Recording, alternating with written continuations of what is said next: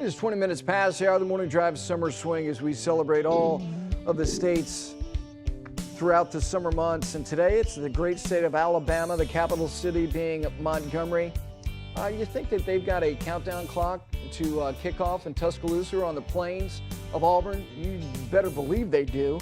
They entered the Union December of 1819, but golf's a big part of the tapestry of the state of Alabama and the economy as well. And the creation of the Robert Trent Jones Trail really made history, but also what it's done to the economy, for jobs. 100 miles of courses.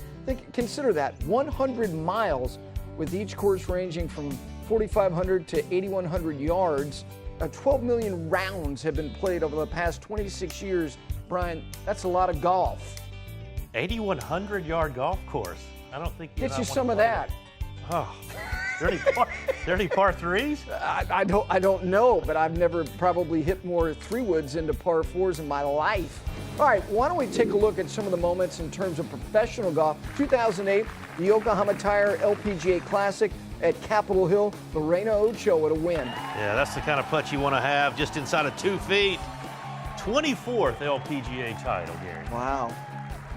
We go back there the following year, also at Capitol Hill, and look who it is again. It would be Lorena once again. Obviously, she likes the golf course. And once again, a shorty to win by 4 to go back-to-back at the Yokohama That was her LPGA. 27th win, Brian. Yep. Wow. Now we go to 2011. And consider the fact that, she's still in her very early 20s. She'd be, I don't know, a sophomore in high school. At this time, this is Lexi Thompson at Capitol Hill. She taps in to win, celebrates with her dad, who was on the bag for her. She wins by 5 shots over, by the way, Tiffany Jones, leading the day in Scotland. Yeah, what a special moment there with your father on the bag for Lexi. She was 16 years of age at the time. How about the 2014 Airbus LPGA Classic at Magnolia Grove? Everything's on the line here, way outside the hole, and Jessica Korda buries it for her 3rd LPGA title with a 1-shot win over Anna Nordquist.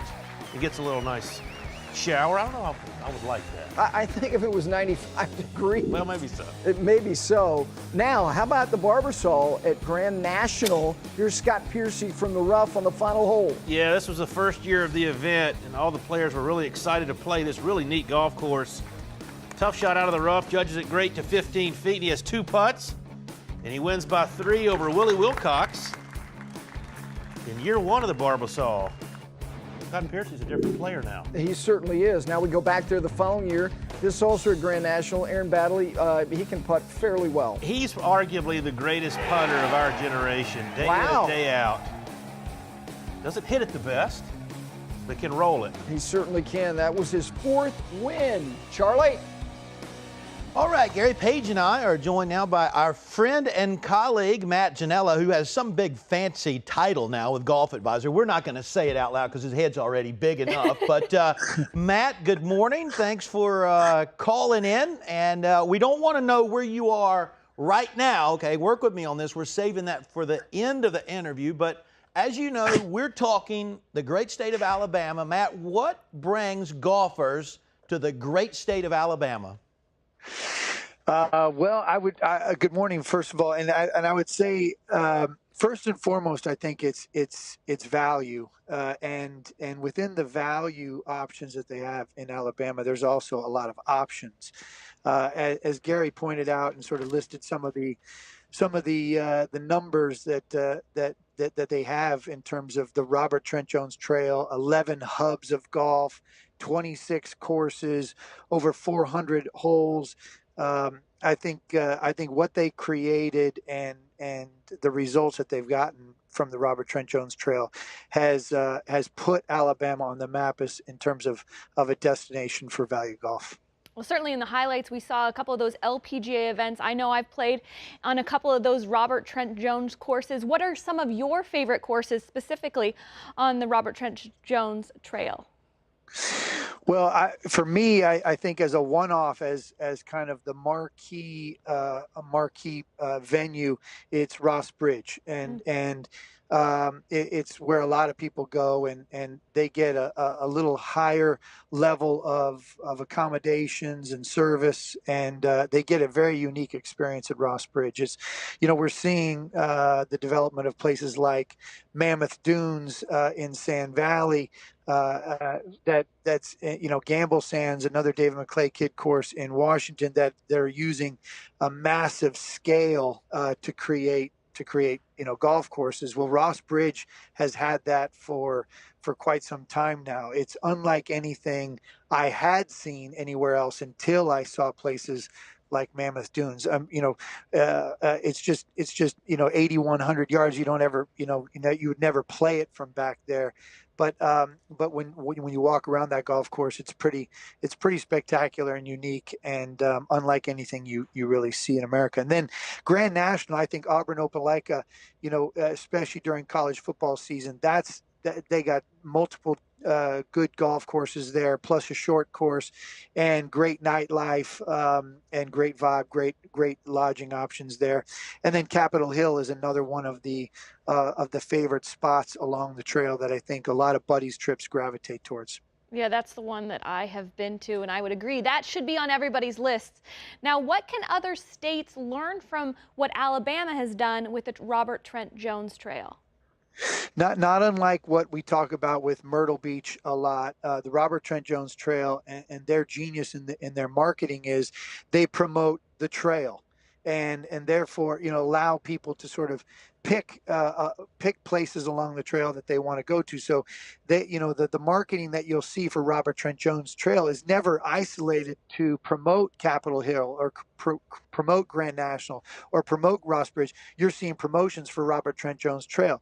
Myrtle Beach Golf Holiday for decades has now promoted Myrtle Beach as a destination and allowed people to kind of get in there and figure out what works for them, or create packages of courses within the Grand Strand or within the Robert Trent Jones Trail, to say, oh, this is what we want to do this time. Maybe we'll do something else next time, or piece together different things. The mass marketing of a destination, as opposed to marketing one course versus another, I think is what you've seen now in the last 10 years, especially certainly after 2008, which is places like Pure Michigan saying, hey, come to the great state of Michigan. There's a lot of great golf. Here are all your options. The broad-based marketing is what was started with Myrtle Beach and followed up with Robert Trent Jones Trail, and that's created a lot of success. Matt, as always, great insight on golf in Alabama. It is 22 minutes past the hour. The Morning Drive Summer Swing continues on this Saturday. We take a very close look at the great state of Alabama. Capital city being Montgomery. Just play that. Crank it up, would you please? You look at the pop. Yes, thank you. Well, it entered the Union in 1819. And when I think Alabama, I think of Saturdays in Tuscaloosa in the fall. Nothing better. But also, golf is a big part of the economy. And for that, let's send it over to Damon with this special guest. Well, you can't talk golf in Alabama without talking about the Robert Trent Jones Golf Trail. And joining us now, the founder, Dr. David G. Bronner. Good morning, sir. How are you? Just fine, sir. It's a beautiful day in Alabama, and thank you for the invitation. Well, I tell you, Doctor, I've been lucky enough and fortunate enough to actually visit the Robert Trent Jones Golf Trail. But for those who don't know what it is, how would you explain it? Well, it's sort of like the Disney World combined with the Eiffel Tower in a state in which we have 11 different locations and about 26 different golf 18s that are spectacular. So how'd you come up with the concept of taking, all these golf fans and golfers that want to play golf and they kind of wind throughout the state? How'd you come up with this idea? We were interested in trying to do something that would really affect the entire state. It's easy to find a factory or something and put it in a town and it affects that town, but how do you affect the state? So actually, I happened to be reading about President Eisenhower and how he put in the interstate system, and that affected the entire country. So we came up with a concept that would affect the entire state of Alabama, which was the golf trail. And we started out with 8 sites, and we have 11 sites today, and I guess over 12 million visitors to date. So I want you to put your salesman hat on. You know, for someone who wants to take a golf trip, a buddy's trip, there are a lot of choices around the country and around the world. You know, why is the RTJ Golf Trail, you know, primary, best in your mind? Well, I think there's 2 or 3 things. One is each spring, to give you an idea, Orange County, California, they come in early spring because you got a simple value that you basically can play real championship golf courses for literally a week that would give you the same cost differential in maybe two or 3 rounds. So you could play as many as 14 rounds if you wanted to in a week for about the same cost. I think the big thing about the trail is that unlike other golf sites, whether it be in Florida or the Carolinas or even California, because of the dynamics of the state of Alabama being over 400 miles north and south, you have every type of course you can think of, from a links course to, you know, the Gulf of Mexico to the mountains of the Appalachians. So you have a huge variety. You literally can go roughly an hour and 15 minutes and hit a totally different looking site. And we actually have one site outside of Montgomery called Prattville, which has 3 totally different golf courses on it. One's a true links course, one a true water course, of which about 15 of the 18 holes are on water, and one a southern pine tree course. So you got the variation that I have not seen in my travels around the world. Well, let's keep drilling down. I like where we're going. What's your favorite location on the trail? If you only have one course to play or one, you know, day where you could actually spend some time, where would you go? Well, I mean, that's sort of like asking a father who has a dozen kids, which one do you like the best? Fair enough. Now, I'll tell you Trent Jones's favorite, and that was Opelika, because there he had a 1,600-acre Finger Lake, which was the water reserve of the city of Auburn and Opelika. I think of the 54 holes, there are about 34 or 35, or maybe even 36 of them, water comes into play. So that was his favorite. My personal thing, I love Greenville, Alabama, because I think that's one of the prettiest sites in the world.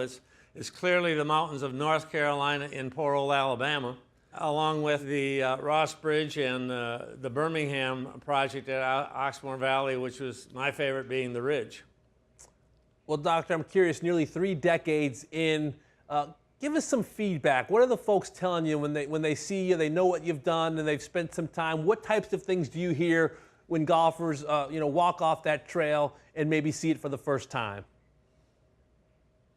Well, I guess, you know, I hadn't thought of that question, but I guess a few, I don't know if it was a year ago or thereabouts, I went up to Prattville, Alabama, and I had never seen a whole golf course full of black golfers before, black Americans. And so I went up to them and I said, where are you guys from? And they were all from the San Francisco area because they left Alabama during the 60s and wanted to come back and see if it had changed. And I think, in my heart of hearts, I think that change made me feel like the project was totally worthwhile. Wow, that's a beautiful anecdote, Doctor. We appreciate your time. I'm sure folks want to visit the Robert Trent Jones Golf Trail. Have a great morning. We'll talk to you soon. Thank you, sir.